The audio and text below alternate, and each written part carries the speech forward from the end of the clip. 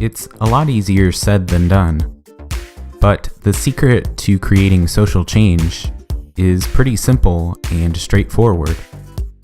First, we have to come together, and then we have to stay together. The problem is, we constantly find all sorts of reasons not to do those very simple, straightforward things. We insist on narrow beliefs that exclude the many masses of people who don't believe exactly as we do.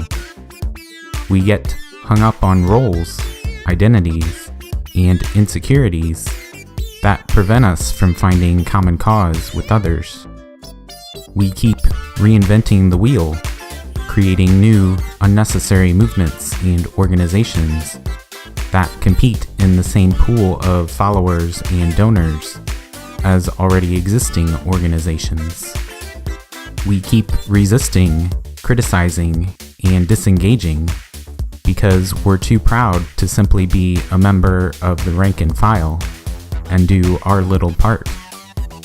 We trick ourselves into foolish, ineffective strategies, into jumping the gun, into believing that success is just around the corner, instead of doing the necessary research and preparations first. We let internal divisions, disagreements, jealousies, and power grabs undermine the solidarity of the group. I'm not saying all of this stuff is always bad. There's a fine line between healthy debate and unproductive hostility. There's a fine line between holding leaders accountable and unproductive criticism. There are times in any group situation when the right thing to do is to speak out, to criticize, or to protest. And it does happen often that groups that start out fair and democratic turn into unofficial oligarchies and start silencing dissent. Accumulating large numbers of people and coordinating them is hard. It's hard to accomplish as a leader, and it's hard to submit to as a follower, especially when you don't agree with the direction things are going. But unless you have a lot of money or power, the only way you can make the world a better place is to be a part of something larger than yourself.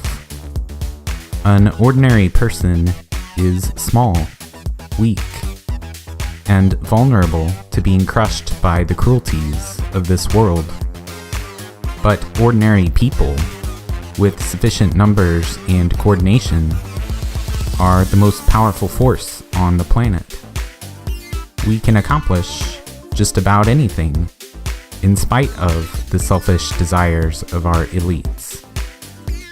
I can't tell you which groups to join, whether you should stay or bail, or how to resolve any of these difficulties that inevitably come up during collective action. But never, ever forget that we're nothing without each other.